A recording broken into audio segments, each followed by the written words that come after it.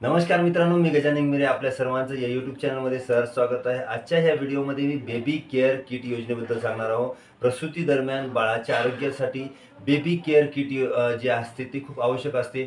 यामध्ये आपल्याला टॉवेल, उबदार वस्त्र व आईच्या आरोग्यासाठी जे आवश्यक वस्तू असतात ते आपल्याला या बेबी केअर किट योजनेमध्ये मिळतात।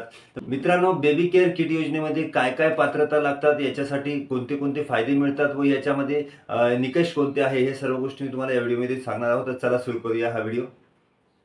महाराष्ट्र शासनाच्या 26 ऑगस्ट 2025च्या जी आर नुसार काही महत्त्वाच्या याच्यामध्ये बदल करण्यात आले आहे, ज्याच्यामध्ये सर्वात महत्त्वाचा बदल जो होता तर पहिल्या प्रसूतीच्या वेळेनंतरच बेबी केअर किट योजना मिळत जाईल। पण आता पहिल्या किंवा दुसऱ्या सुद्धा प्रसूतीनंतर सुद्धा डिलिव्हरीनंतर सुद्धा महिलांना बेबी केअर किट योजना मिळत आहेत। लाभ मिळवण्यासाठी आपल्याला सरकारी दवाखान्यामध्ये किंवा प्राथमिक आरोग्य केंद्रामध्ये आपल्याला रजिस्ट्रेशन करणं गरजेचं आहे।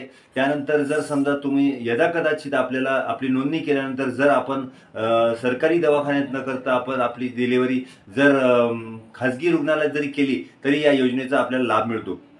त्यानंतर तिसरा एक महत्त्वाचा विषय जो आहे, आपण जर ही नोंदणी सासरी केली असेल आणि आपली जर डिलिव्हरी माहेरी जरी झाली असेल तरी या योजनेचा आपल्याला फायदा मिळू शकतो। की महिला महाराष्ट्रातील रहिवासी असणं गरजेचं आहे। त्यानंतर आरोग्य केंद्रामध्ये किंवा सरकारी दवाखान्यामध्ये याची नोंदणी गरजेची आहे। आणि सर्वात जे आहे महत्त्वाचं ते पहिली आणि दुसरी सुद्धा डिलिव्हरीमध्ये आपल्याला ही किट मिळणार आहे। तर याच्यामध्ये जर समजा आपल्याला इमर्जन्सी असेल तर आपण खाजगी रुग्णालयात जरी समजा आपली डिलिव्हरी झाली तरी सुद्धा आपल्याला ह्या योजनेचा फायदा आपल्याला मिळू शकतो। बेनिफिट आपल्याला असे आहे की आपल्याला याच्या माध्यमातून बाळासाठी कपडे, उबदार वस्त्रे, साबण, तेल, पावडर, त्याच्यानंतर आईसाठी सॅनिटरी नॅपकिन, त्याच्यानंतर मॅट्रिक्स, दांडी किंवा मच्छरदाणी अशा पद्धतीचे सामान आपल्याला मिळणार आहेत। आणि याच्यामध्ये अर्ज प्रक्रिया कशी आहे ते सुद्धा सांगतोय।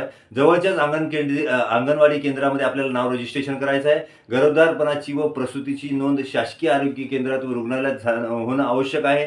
त्याच्यानंतर प्रसूती झाल्यानंतर संबंधित अंगणवाडी व आरोग्य सेविका कर्मचारीचं किट वितरित करत असतात। नंतर काही जिल्ह्यात हे किट रुग्णालयात थेट दिल्या जातात। याच्यामध्ये या योजनेचे फायदे काय काय ते सुद्धा सांगतो मी तुम्हाला। नवजात शिशूंना आवश्यक वस्तू मिळतात, आईला आर्थिक दिलासा सुद्धा मिळते, त्यानंतर शासकीय रुग्णालयामध्ये प्रसूती करण्यासाठी प्रोत्साहन सुद्धा मिळते आणि याच्यामध्ये मातृ व शिशु मृत्यूचे प्रमाण सुद्धा कमी होण्यासाठी मदत मिळते।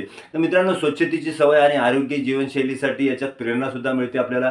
या योजनेमागचं उद्दिष्ट, सरकारचं एकच उद्दिष्ट आहे, ते आहे मातेस व बालकास आवश्यक सहाय्य उपलब्ध करून देणे, त्यानंतर ग्रामीण व शहरी भागात सुरक्षित प्रसूतीसाठी प्रोत्साहन देणे, शासकीय रुग्णालय व आरोग्य केंद्राचा वापर वाढवणे, त्यानंतर आई बाळाच्या आरोग्याची पातळी उंचावणे आणि याच्यात सर्वात जे बेनिफिट घ्यायचं आहे ते सर्वात पहिले आपल्या आरोग्य केंद्रात किंवा शासकीय रुग्णालयामध्ये आपली नोंद करणे गरजेचं आहे। तर मित्रांनो, या योजनेचा नक्की तुम्ही फायदा घ्याल ही आशा करतो। आणि जर व्हिडिओ चांगला वाटला असेल तर नक्कीच लाईक करा आणि चॅनलमध्ये नवीन असाल तर चॅनल सबस्क्राईब करा। कारण चॅनल सबस्क्राईब करण्याचा फायदा एकच आहे की आम्ही नवीन नवीन GR व नवीन नवीन शासकीय योजना आम्ही याच्या माध्यमातून आणतो। धन्यवाद मित्रांनो।